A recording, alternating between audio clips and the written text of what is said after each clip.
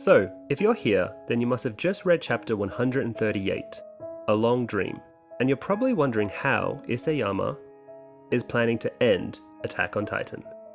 Will it be Eren's rumbling, or an alliance victory?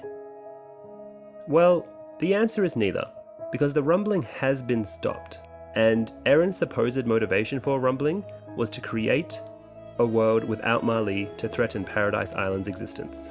So, even if Eren somehow restarts the rumbling, none of his friends will be alive to enjoy this new world.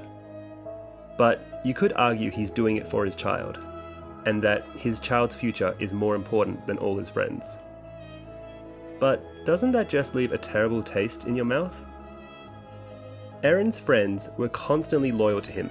Even in chapter 119, after Eren had them imprisoned, they still went out to fight for him.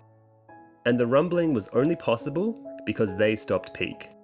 So for Eren to reward their loyalty to him with death is salty.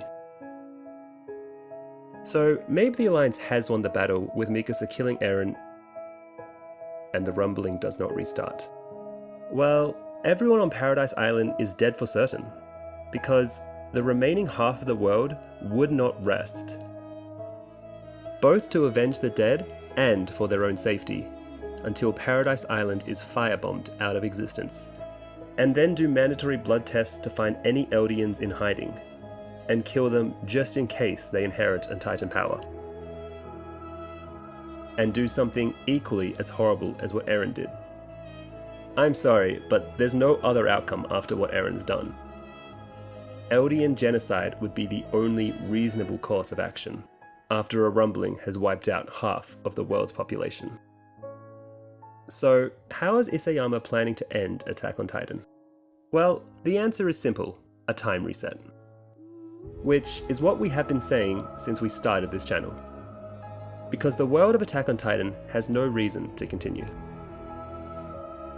Since most of Eren's friends are now Titans, and half the world's population has been trampled to death, a reset of history back to 2000 years ago, where instead of the small tribe of Eldia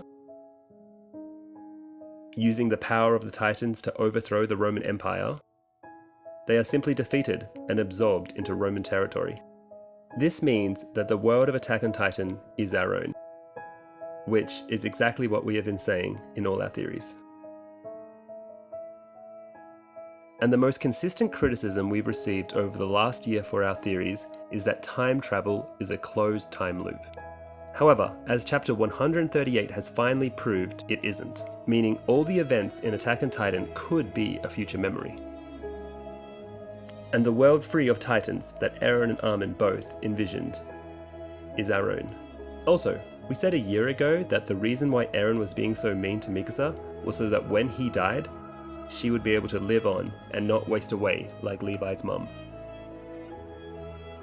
What we didn't get right is that we thought it would be Eren undoing the last 2,000 years of history, but it looks like Ymir will be doing that in chapter 139, which actually does make the most sense since Eren would be erasing his own existence. Thus, with Eren dead, the Titan Parasite might die or give up, which means everyone could be turned back into human form, and then Ymir will undo the last 2,000 years of history. It's a theory we've been saying for a long time now. So we're going to take you on a journey of the last year. How we first proposed that the world of Attack on Titan was our own, and see all the evidence for yourself that we used, and then decide if you think we might be right. For the last year, since January 2020, we, the founding members of the Eren Denialists, have been saying that Eren's plan was never a rumbling. Honestly, when we first started saying this, it wasn't a big deal. A lot of people agreed with us, but slowly the support went away, until we were very alone at the end of 2020, with a few hundred fellow Denialists who agreed with us. Reddit was full of pro-rumbling Jaegerist supporters. It honestly felt like Isayama was playing the biggest practical joke on the fanbase. but only a few hundred of us were in on it. A big thanks to all of you who were here at the start. Anyway, after February 7th and the release of the controversial Chapter 137, Titans, thousands of you have visited our channel, and we decided we wanted to make one cohesive video to explain what Isayama was doing and why so many avid fans believed it. Because everything Eren was doing went against everything we know about him, and the very themes of Attack on Titan itself. How was Isayama able to do this? And what exactly happened to the Attack on Titan fanbase between chapter 122 and 137? Now, before we begin, please no harassment in the comments. And if you are an Eren denialist before chapter 138, congratulations on seeing through Isayama's deception. The inception for the Eren denialists first began after chapter 123, when it became clear that Eren was going through with a rumbling. And this didn't sit right with us. It also didn't sit right with lots of fans, who knew Isayama was playing some kind of trick on us. So, we went back to chapter 90, where Isayama's deception first began. And upon reading it with the events of chapter 122 in mind, it was clear that Eren's plan was never a rumbling. First of all, Eren spoils what should have been a big twist reveal, when he says the iconic line, "So if we kill the enemy, the one waiting for us on the other side, will we finally be free?" Straight away we knew something was up. Because you don't just spoil the ending to your manga 2/3 of the way through the story. Imagine Luffy telling us what the One Piece is during the Fishman Island arc or something. All the tension is gone. The only reason you would have Eren say this is because you want us, the audience, to think Eren would do this. Some people might call this foreshadowing. But if Eren's endgame really was a rumbling, then we would have just followed Eren after the events of chapter 90, and seen what was shown to us in chapter 123. Eren visiting the outside world and realizing that peace between Paradise Island and Marley is impossible. Like Walter White in Breaking Bad, show us Eren's slow transformation to someone who believes that a rumbling is the only way. Telling us was a dead giveaway that something was up. Next, after the release of chapter 123, we were certain that Eren had an ulterior motive when he gave his proclamation to every Eldian, because if you're planning an attack, you don't tell your enemies beforehand. Did Japan warn America before their attack on Pearl Harbor? And in the words of Ozymandias, "You know we can't let you do that." Do that, Rorschach? I'm not a comic book villain. Do you seriously think I'd explain my masterstroke to you if there were even the slightest possibility you could affect the outcome? after this, we started theorizing what Eren could be planning. And it took us until chapter 125 to put together our first theory video titled Eren's Endgame. And we released this video on January 15th, 2020. Hello there, and welcome to the Eren Endgame theory video. The purpose of this video is to explain what Eren has been doing for the last 2 arcs of Attack on Titan. So, after reading chapter 125, my brother and I were discussing what Eren could be planning, since neither of us believe the rumbling is really it. And even though on Reddit people have been throwing around the idea that Eren is pulling a Lelouch, it doesn't really feel like something Isayama, the creator of Attack on Titan, would do, since it's already been done before. Besides, a Zero Requiem doesn't make any sense for someone in Eren's position, which I'll get into a bit more later. While talking, my brother and I hypothesized a possible explanation for what Eren has been doing since the beginning of the Marley arc, and we'll call it Eren's Endgame. So, spoilers for Attack on Titan chapter 125. If you haven't read the manga up to this point, please read it for yourself and then come back. Now, my brother and I both agree that Eren can't be trying to unite the world against him. since even if the Illidians and Marlies worked together to stop Eren, they'd go right back to killing each other straight afterwards. Also, Eren's actions would convince the Marlies that they have no choice but to exterminate all the Illidians, which is clearly not what Eren wants.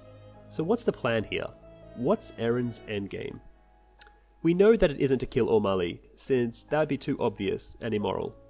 Moreover, it's also very suspicious that we haven't had any Eren POVs since the end of the Return to Shiganshina arc, or more specifically, since Eren touched Historia's hand and accessed the power of the Founding Titan.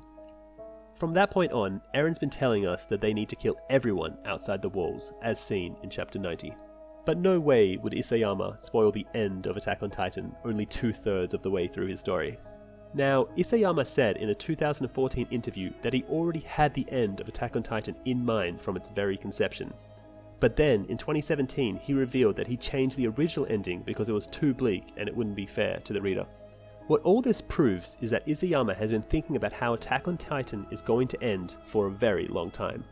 We can also extrapolate that Isayama's original ending must have been horribly depressing.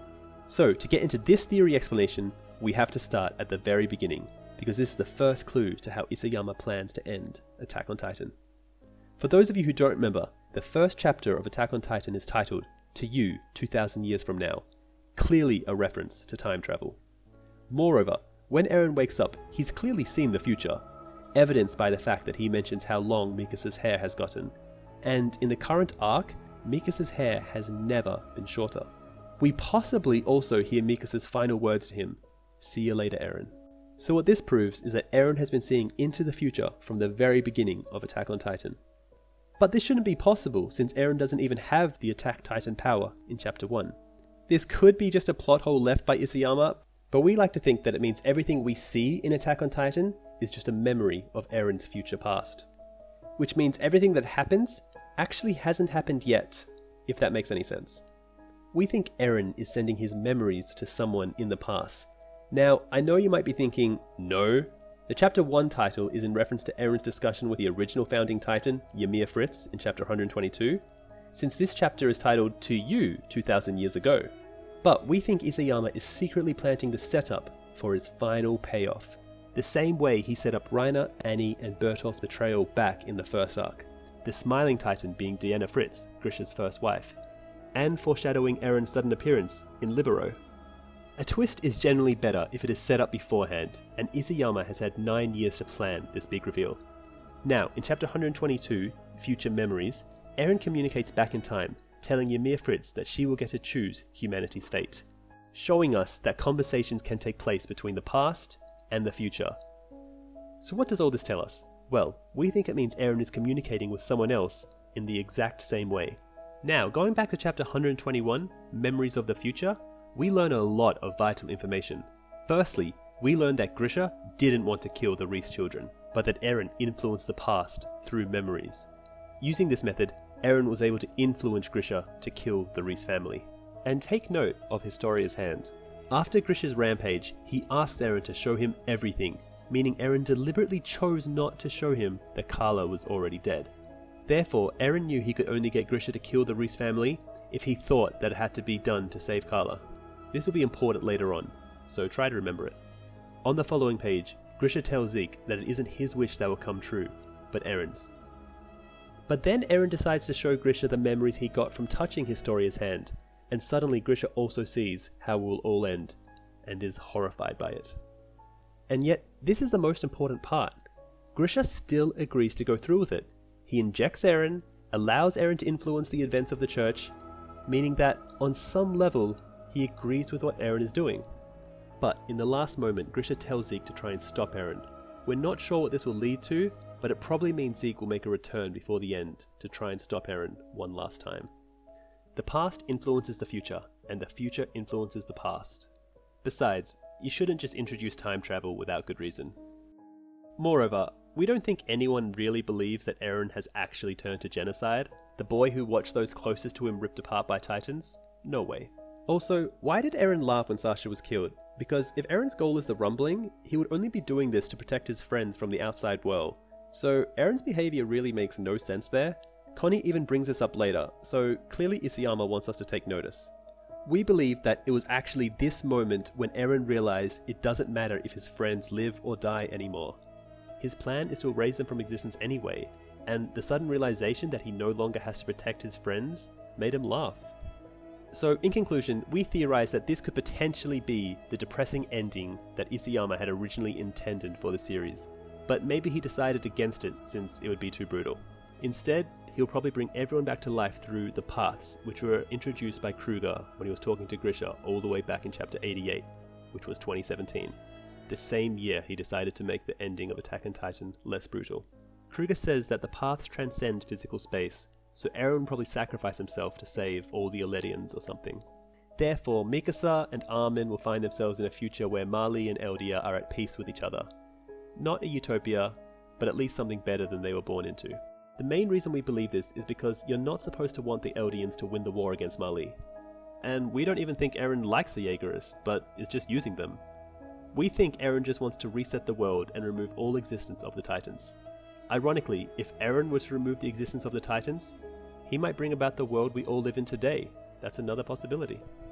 Since it looks like Marley with their bridge noses are Roman and the Eldians are German Goths or something. Honestly though, we kind of hope Isayama keeps with his brutal ending, no matter what it is. Anyway, that's about it. Thanks for listening. After this, we kind of went quiet and waited for new information. Meanwhile, something started to occur in the fanbase. It seemed that the majority of Reddit users were convinced that Eren was really going through with a rumbling. Not that everyone was supporting or agreeing with it. Most likely it was just a vocal minority who were unabashed in their support of a rumbling. Kind of like real-world Jaegerists, unfortunately. By the way, didn't Isayama make it very clear what he thought of people who would support a rumbling? He portrayed the Jaegerists as power-hungry psychopaths who murder their own allies and innocent people. Anyway, these real-world Jaegerist supporters were probably the same group of people who relentlessly attacked the Mappa staff. And honestly, they should just be ignored. Back to the timeline. Then, after chapter 131, we thought it was the time to make another video. And on September 5th, we did. And released the Armin Endgame. Welcome to this theory video. So right now, as of chapter 131, everyone has pretty much agreed that Eren is the bad guy. There is no redemption for him after the atrocities that he has committed. And currently, the only people who are possibly defending him are the denialists. Well, both my brother and I fall under that category as we are still denying Eren as the antagonist of this story. First off, as you would have seen from the title of this video, we believe Armin is finally important again. It has been a while since he has had any major impact in this story. A bit harsh maybe, but back in the first 2/3 of this story, he was a strategical genius who just seemed to always know what needed to be done, and now he seems unable to outsmart even Flock. So, this is the Armin Endgame theory video. Like our previous theory videos, we still believe time travel is the key to the Attack on Titan twist reveal ending, and the main reason for that is Grisha Jaeger. Eren has already stated to Zeke that, "You haven't seen when I eat dad," which we believe is a foreshadow for some time in the future when Zeke will see this event unfold. Our next reasoning is that after killing the Reese family children, Grisha talks to Zeke and tells him to stop Eren. But after saying this, would he really go into the forest with child Eren and give his son the attack/founding Titan power? It doesn't make any sense. He doesn't need Zeke to stop Eren. He can just do it himself. Unless, between killing the Reese children and leading Eren into the forest, he talks to someone from the future. Now, we know that time travel has always been a closed time loop, but we think that is the point of this story. The Reese family never seemed to know about time travel, and maybe Ymir didn't either. And to be honest, we don't even know the limits of Eren's ability to influence the past or the future. This could be Isayama hinting at the fact that Eren's endgame resulted in the creation of the world we live in today. Since the world of Attack on Titan could be our own, Isayama has hinted at this being our world in multiple ways. First, Marley has a lot of similarities with the Romans, and the world of Attack on Titan shares the same map as ours, except that it's upside down. Now, the biggest counter-argument for this endgame theory is, why did Eren cause the rumbling? He needs to force Zeke to go back 2,000 years ago and show Ymir what becomes of the world she creates with the powers of the Titan. Eren wants to change the past but doesn't have any royal blood to travel with, unlike Zeke. And after tricking Zeke the first time, we don't think Zeke would be willing to listen to Eren again. But what if the world is quite literally getting destroyed? Zeke's plan was not for the annihilation of anyone. If anything, he was trying to save the world with the least amount of casualties possible through the euthanasia plan. So, even though Zeke has killed a lot of people, we believe Eren is causing the rumbling to force Zeke's hand. He needs Zeke to hit rock bottom where any alternative to the current world is better than what he already has. Therefore, we think Eren caused the rumbling to force Zeke to give up on this world. Also, another small theory we have is that whenever someone goes into the paths, more time passes for them than everyone else in the world. This has happened twice. The first was after Levi and Zeke fought, and Zeke blew himself up, then healed exceptionally fast in the paths compared to the normal world. And now again in the latest chapter, Annie says, healed up already, which we believe is clarifying that Armin has healed at a faster rate than normal. But back to the main theory. Another reason we want to believe in this theory is that for us, Armin was the smartest character in Attack on Titan throughout the first 90 chapters. But since Eren touched Historia's hand, Armin hasn't done anything. What happened to him? Why has he become redundant? Well, we believe that he has outmaneuvered everyone and masterminded Eren's endgame from the future, using the Attack Titan power which allows Eren to communicate with him. This could be foreshadowed at the end of chapter 106 when Eren is talking to a mirror saying, if we don't fight, we can't win. And then at the start of chapter 107, Hanji walks in and asks if he was talking to himself. If he wasn't talking to himself, who was he talking to? We believe it would make sense to be Armin, since Eren would quite literally follow any plan from Armin. An example of this is in the Trust arc, when Eren said he will do whatever Armin says because he trusts him wholeheartedly. This could explain how Eren has been able to outmaneuver everyone from the scouts to Zeke, because he has Armin's help. So, why is this important for the story? Payoff. If Armin doesn't have a major impact in the endgame of Attack on Titan, then there was absolutely no reason to keep him alive at the end of the Return to Shiganshina arc. And here's why. If Armin had died, then Eren turning evil makes so much more sense. Think about it. Eren would hate the scouts for choosing Erwin over Armin, and he would never forgive Mikasa for siding with Hanji and the rest. It actually makes total sense, and Eren versus Erwin in the final arc of Attack on Titan would have been awesome. But instead, Armin was saved from the verge of death, and since then he has had nearly zero impact on the story. He seems to have lost all his tactical prowess and seems to just follow other people around doing literally nothing compared to the old Armin. But if future Armin was the one leading Eren through all these chapters, then it makes sense as to why past Armin hasn't been able to talk Eren down or make any significant contribution to the story, and that's because he's quite literally getting outplayed by himself. For us, this would almost fully redeem Armin as a character, and we can understand why he's had such a backseat role in the last 40 chapters of Attack on Titan. So, we've pretty much gone through all the steps of this theory, but let's do a rough idea on how our ending could be resolved and what we think might happen. The scouts and warriors will catch up to Eren, who is currently stuck in his fugue state, like we saw all the way back in the Trust arc. Eren will then explain the plan and why he allowed himself to be eaten. Pretty much he's explaining why he went rogue. After this, Armin will find Zeke and explain that this world has been doomed since the existence of Titan powers, and that there is no possible way that they can save this world. He will convince Zeke that they need to use their powers and time travel back. Does this mean that everyone that we know from Attack on Titan will cease to exist? Not necessarily, but that's a theory for another video. To conclude this video, we'll talk briefly about why we think this theory is plausible. Firstly, if Isayama was going to make Eren the villain, we believe he wouldn't have revealed Eren's plan to kill everyone outside the wall 2/3 of the way through the story, back in chapter 90. Instead, we would follow Eren like we normally do, but slowly start to see him descend into someone who truly believes that genocide is the only answer. Instead, Isayama hasn't given us any Eren POV chapters since chapter 90 until this later chapter of 131. Why not?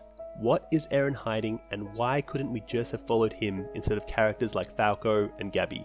Maybe so Isayama could pull off his greatest twist reveal.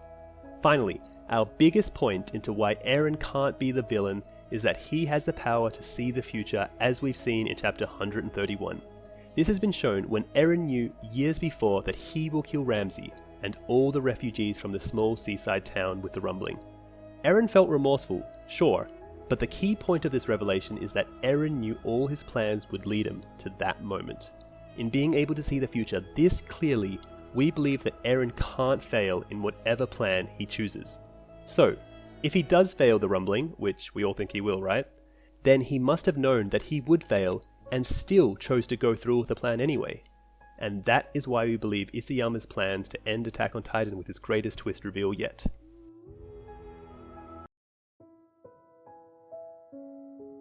However, the support was no longer there, and we suddenly realized that we were now in the minority. The fanbase was being dominated by Jaegerists, and everyone who was around during this time knows how much less fun it was to share theories on Reddit. And yet there was still so much evidence to show that a rumbling didn't make any sense, but there was so much widespread support for a rumbling that every fan and YouTuber started to believe it. On December 19th, we released The Great Endgame. Let's explain. In chapter 90, after touching Historia's hand, Eren sees into the future and that he'll bring about a rumbling. We can confirm this since in chapter 130 we see all the memories Eren was given after touching Historia's hand in chapter 90. We see Eren telling his friends that he doesn't want any of them to inherit the Attack Titan power in chapter 108, Piek holding Eren at gunpoint in chapter 116, Falco looking up at the bird in chapter 91. Mikasa asking Eren what has he done, after killing innocent civilians and children in chapter 102, and finally Zeke catching Eren's hand in chapter 120. At first, Eren doesn't tell anyone about what he saw, because it doesn't make any sense. Why would he bring about a rumbling and kill millions? However, this starts to change after Eren visits the outside world and sees firsthand how racist and bigoted it is towards Eldians. Eren starts to believe that a rumbling might be the only way. Since Eren only cares about protecting his friends, we can see this when Eren tells his friends that he doesn't want any of them to inherit the Attack Titan power in chapter 108. And here is where we should make a distinction between the two Erens of Attack on Titan. Original Eren, who we've known since chapter 1 and only wants to protect his friends. We can see this in how Eren rushes to protect Armin from bullies and doesn't want his friends to join the scouts, because he's happy to risk his life but not others. We see this again in chapter 90. Compare this to the new Eren, who we'll call Post-Child Eren. Post-Child Eren replaces original Eren after he tells Historia his plan to start a rumbling in chapter 130. At the beginning of chapter 130, original Eren believes that a rumbling is the only way to protect his friends and Paradise Island. Therefore, he begins to work with Zeke through Yelena, while secretly conspiring with Flock to betray Zeke and Yelena, to bring about the rumbling to secure Paradise Island's future, because he's seen it all in his future memories from chapter 90. However, everything might have changed in chapter 130, because this is where original Eren becomes Post-Child Eren. The easiest way to tell the difference between them is that Post-Child Eren has very long hair, while original Eren has short to slightly long hair. Anyway, back to chapter 130. After Annie confesses that she's done fighting, we see a bird watching their ship from afar, just like the same bird that watches Armin and Annie talk in chapter 131. We then have a voiceover of Eren wondering when this all started. Did it start when he received the message 2,000 years from now, from chapter 1, or did it start with the pigs that Ymir let go? Or maybe it started with his dad or touching Ymir's hand. Eren confirms that everything he has seen can't be changed. We see the future memories he got in chapter 90. Then we see original Eren with his slightly longer hair conspiring with Zeke and Yelena, then plotting to betray them with Flock. After this, Eren goes and talks with Historia and reveals his plan, but she tells Eren that this is wrong, and this is where we arrive at the fundamental problem. with original Eren's rumbling plan. See, Eren wants his friends to live long, happy lives, but Historia makes it clear they could never be happy after this. We even see firsthand when all of Eren's friends would rather die than live in a post-rumbling world.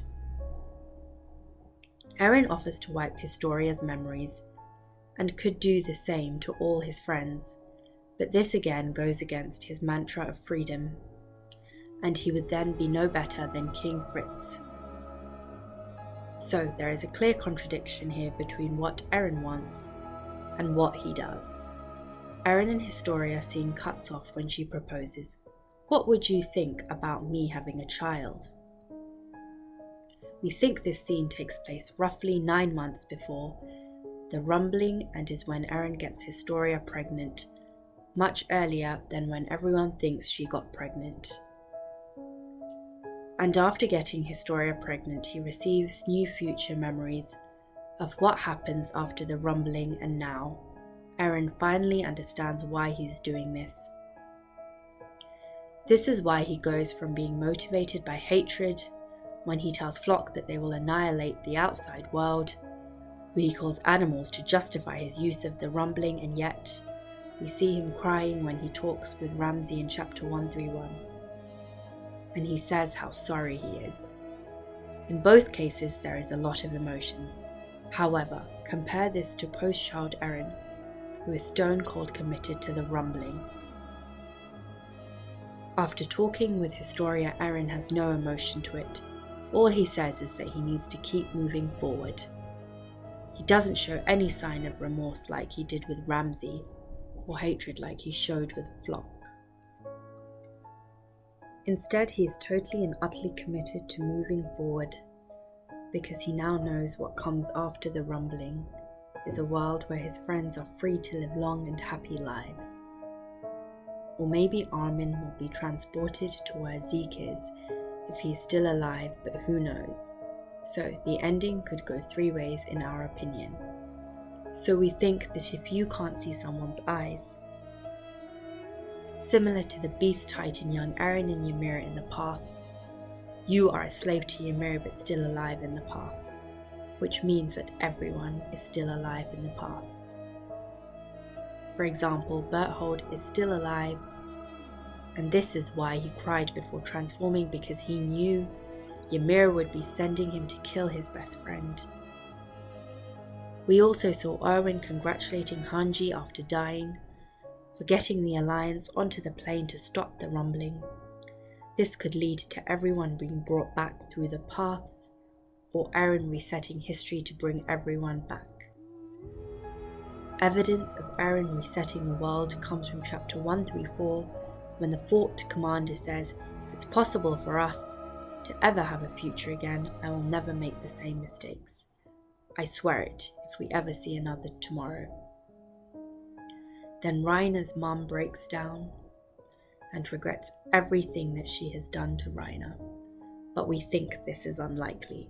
However, AOT could still end with our Armin Endgame theory. We believe this might be possible because of what Armin said in chapter 131, "I still want to believe that there's still a world we don't know about yet out there, past the walls." This might be teasing why we couldn't follow Eren's POV, even after the rumbling has already happened, since it made sense not to follow Eren's POV after chapter 90 because it would have spoiled the rumbling, but Isayama has still chosen not to follow Eren's POV even after the rumbling. Instead, we have continued to follow the Alliance and only seen Eren's POV from before talking with Historia, making us believe that Isayama is hiding more future memories. Also in chapter 134 we see 5 landmarks from our world: the White Cliffs of Dover, Westminster Bridge, Big Ben, Kamigamo Shrine, Jigawaka Kumano Shrine. Now this could just be shorthand for Isayama trying to show us that the rumbling has reached Japan and England. Or it could be that Eren steals Ymir's power and uses it to create a world without Titans, maybe our own. But with only 3 chapters to go, it would be hard for Isayama to do this ending. Honestly, so long as Eren's endgame isn't a rumbling. And it makes sense why he couldn't just tell his friends. What he was doing will be happy.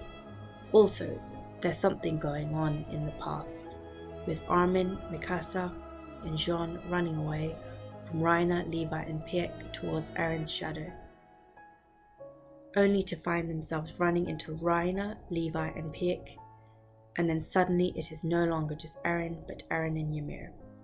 Eren also repeats the moving forward line twice here. No idea what this could all mean except a time loop. Also, how did Eren see Ramsay die? Because it was Ymir who saw this happen. This might hint that post-child Eren has access to Ymir's future memories, but we're not sure. Since Eren in chapter 130 has future memories of Falco from chapter 91 that could only have been seen through a bird, which might mean this bird from chapter 130 and 131 is Eren secretly watching the Alliance from the past. And the reason we called this theory video the Great Endgame is because whatever Isayama's endgame is, it's so good that we don't think anyone has predicted it. Anyway, thank you for watching.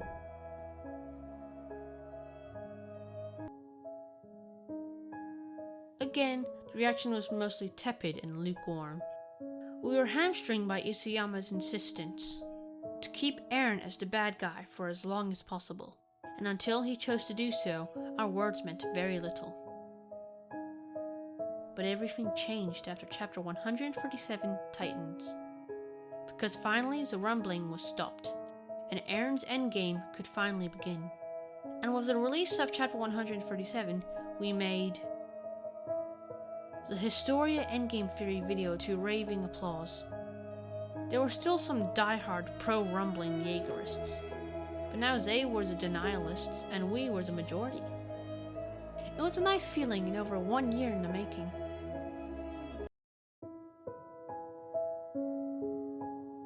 So for the last year, we the Eren denialists have been trying to tell everyone we can that the rumbling was never Eren's plan.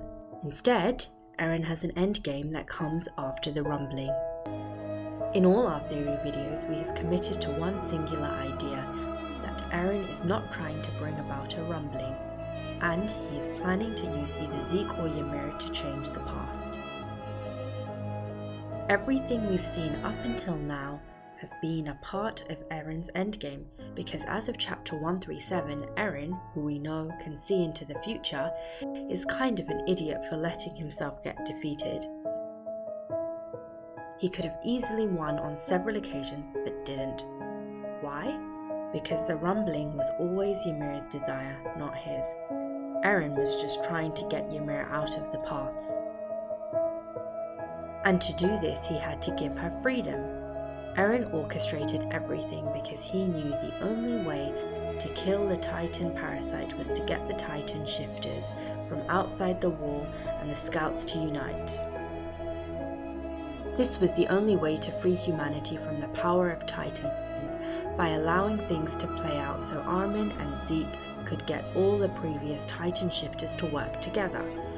But what then? This can't be a Code Geass ending.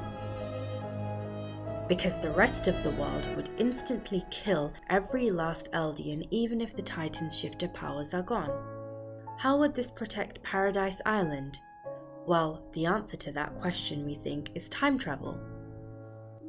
See, in chapter 137, Levi finally kills Zeke, which means his powers will be transported to the most recently born Eldian child, i.e. Historia's child. And it's obvious that Eren wasn't in that massive Titan monster. But back on Paradise Island, using the Warhammer Titan power of being far away from their Titan host. Maybe after the rumbling stops, Eren gets out from his Titan, goes to Historia to find her child has inherited the Beast Titan power, and combines with the child to enter the paths, but with no Ymir, Zeke or Titan Paradise to stop him. See, in all our theory videos, we thought Eren was trying to convince either Ymir or Zeke to allow Eren to travel back to when Grisha gives Eren the attack and founding Titan power. Then Eren would use time travel to achieve his endgame of creating a world without Titans. A world where his friends get to live long and happy lives. When Armin, Mikasa and the rest realize that Eren is sacrificing himself so they can all be free, Mikasa delivers the final "See you later, Eren" line from chapter 1. Then Eren visits Grisha and has Grisha hold his grandchild, and this is what convinces Grisha to go through with giving Eren the attack/founding Titan power all those years ago. Maybe through the paths Eren can bring everyone back to life, or reset the world's history, or undo the last 2000 years, etc. It doesn't matter, but this would explain why we couldn't follow Eren's POV. Because he already knew the rumbling would fail after getting new future memories from Historia in chapter 130 when she offered to have a child. We think Historia convinced Eren not to go through with the rumbling. And in return, Eren would be able to use the child to create a world without the threat of Titans or Mali. What this world looks like, we're unsure. But this makes Historia the secret mastermind of Eren's endgame. And Eren probably told his friends to attack him straight away because he knew that if they tried to talk to him, they'd fail. So, in front of Ymir, he told them the winning strategy in order for Historia's child to get the Beast Titan power on time. However, there is the possibility that this is a Code Geass ending, and if it is that, would be quite disappointing, even if Eren explains this was the only way to kill the Titan Parasite. It won't be a very satisfying completion to the story. This is why we think Eren will be using time travel, since Zeke said, "I wouldn't mind being born once more." Maybe suggesting that there might be a reset or something, and it looks like the world of Attack on Titan is our own. Also, Armin says the reason why they're able to do this is because Ymir wants something.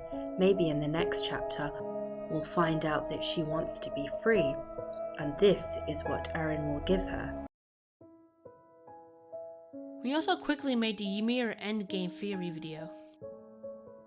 On February 16th, to drive home some points we missed.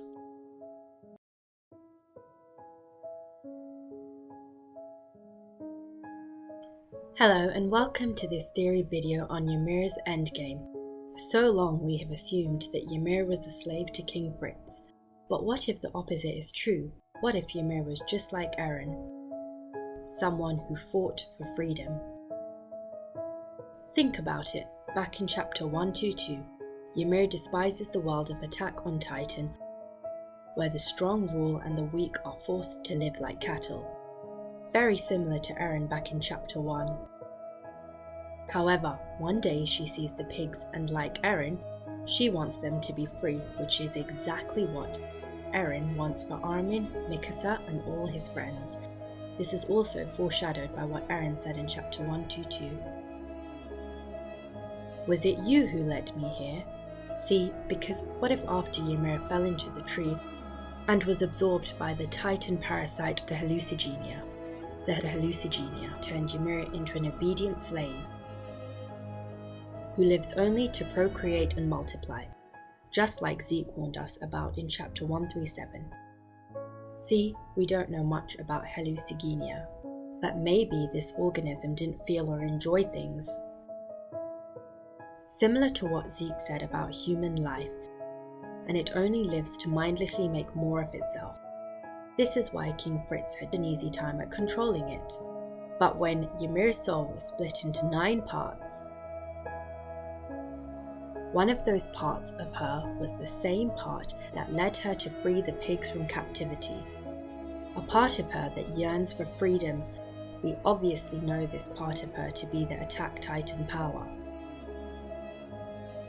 So this part of Ymir's soul spent the last 2000 years waiting to free Ymir from captivity. It makes sense since King Fritz made his daughters eat the Hallucigenia after Ymir died, which allowed it to spread and create more Titan powers. Then King Fritz ordered his daughters to continue to give birth to as many children and raise them. We can't let Ymir's blood run out. When you, my daughters, die, let my grandchildren eat your spine. When my grandchildren die, those spines will be passed down from children to children. Even in the afterlife, Eldia shall rule this world with Titans, and my Titans will continue their reign into eternity so long as this world of mine remains. This is where Eren cuts him off and says he'll put a stop to this world. He tells Ymir that she is no slave or god, but a person, that she doesn't need to serve anyone but can choose. Zeke, like King Fritz, tries to control Ymir, but it is too late. Ymir has gained her freedom again. Eren tells her one last time to choose between staying here or ending it all. Eren confirms that it was her who led him here. We only see Ymir's eyes twice in the series, once when she frees the pigs and the second when Eren frees her. We think dark eyes means that the Titan Parasite is in control, and thus Eren's endgame is to free Ymir from the Hallucigenia.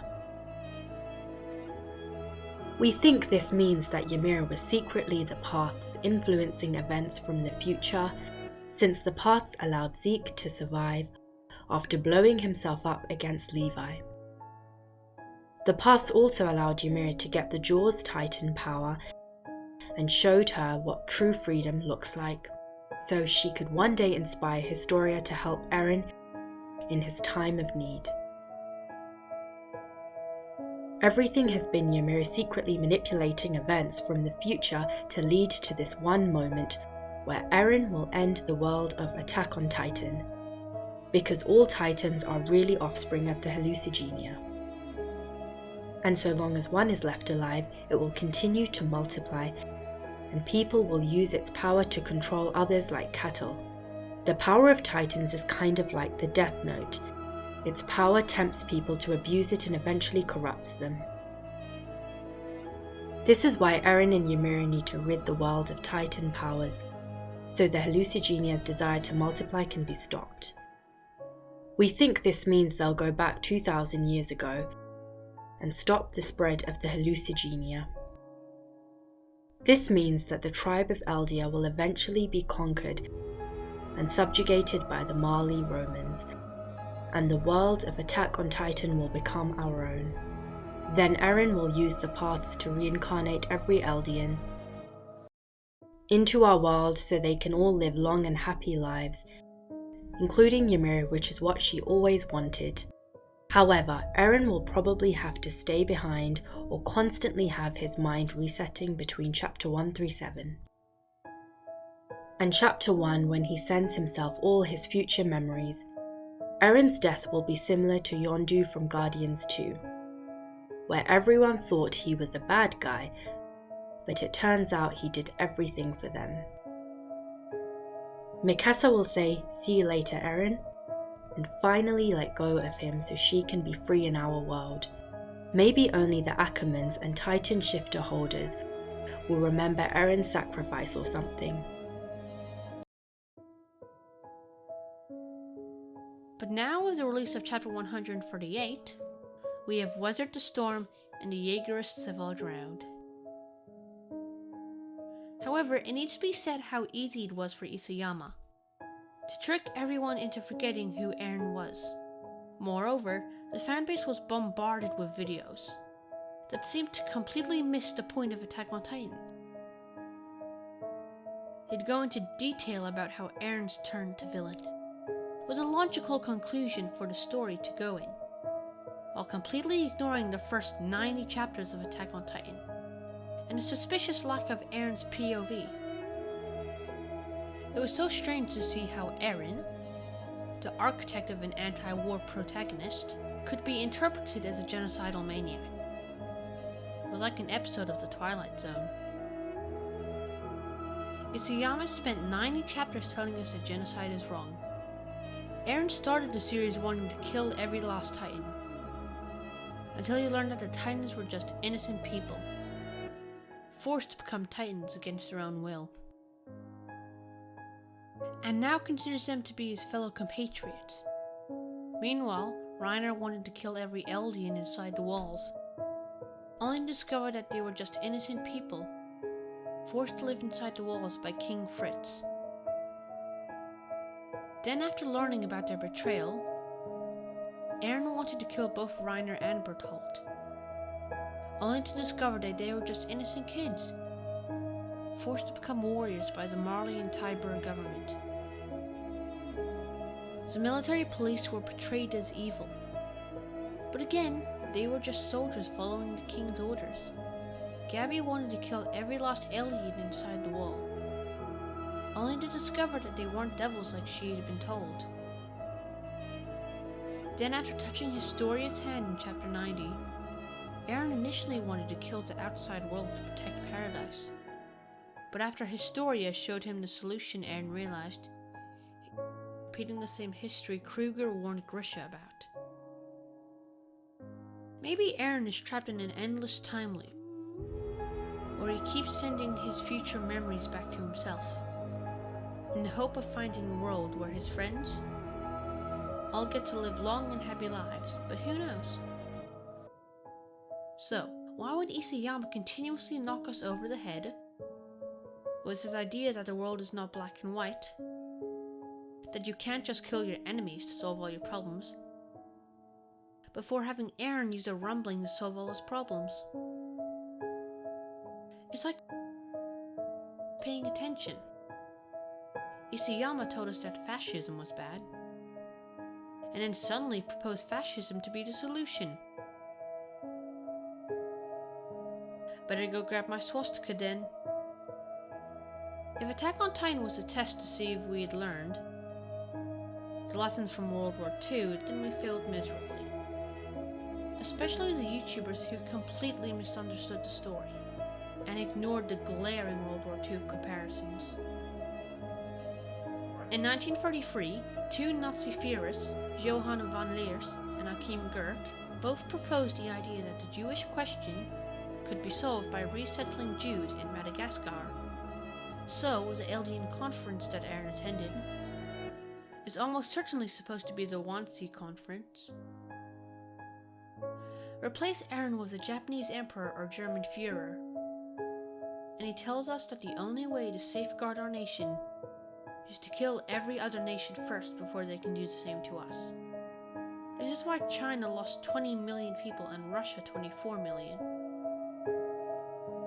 And imagine how Isayama felt after learning about the atrocities committed by Japan in World War II, like the rape of Nanking. This is eerily similar to Eldia's own history, and the restorationists could be seen as modern-day Nanking or Holocaust deniers. If World War III were to start tomorrow, and America called for the complete destruction of China and Russia, it is scary to think how many people would answer the call to enlist. But of course, the right thing to do would be to enlist. Because what if you don't enlist, but the citizens of China and Russia do? Then it'll be our families who get wiped out in the fighting. Well, guess what? The only reason Russian or Chinese citizens would enlist is because they would be convinced of us enlisting. Don't you see? It's a loop. This is what Attack on Titan is trying to tell us. Now, Eren's solution is a bit of a cop-out. Like, we don't have time travel at our disposal, but still. If time travel wasn't available, peaceful cooperation with the threat of a rumbling would be the solution. It is exactly what has prevented America, Russia, and China from going to war with each other for the last 70 years. So, this should have been Eren's solution. I mean, it's worked for North Korea. So why wouldn't it work for Paradise Island? And the only reason why Eren didn't use the threat of a rumbling to maintain peace is because he wouldn't use Historia like that. Remember chapter 90? I'd be happy to give up my life if I knew doing so could change something, but I'm not prepared to sacrifice Historia's life. And then he touches Historia's hand and sees the rumbling. Anyway, what we're trying to say, in as many words as we can, it seems, that if you fought the rumbling that might be the only way, you're not at all a bad person, or entirely wrong. It's just that Attack on Titan is asking you to think bigger. Recognize that your actions are just a product of your environment, and your enemy's actions are just a product of their environment. That's all any of us are, because like Eren, we were born into this world. Also, the rumbling would have been a disastrous outcome, since the Jaegerists would have turned paradise into a military dictatorship. I mean, they already killed hundreds of their fellow comrades. What's a few thousand more after killing billions? Historia would have been forced to become a figurehead, or face the same fate exactly with her son made to replace her. Life on Paradise Island would be like modern-day North Korea. The rumbling is like if America nuked Russia and China in 1948. Would America suddenly be at peace? No. The Republicans and Democrats would probably start a civil war. And maybe someone will think, well, why don't we just nuke the other side? And so they do. But guess what? Whichever party nuked the other side will now be at war with itself. Whether it be the Trump supporters versus the McCain supporters, or the Biden supporters versus the Bernie bros. It's just an endless cycle where you start thinking in terms of, if I just kill all my enemies, since acts of evil begat even more acts of evil. So, the main takeaway from Attack on Titan would be, don't ever be persuaded by political rhetoric and think bigger. Anyway, thank you for watching. Please like, share with fellow Attack on Titan fans, and subscribe for more.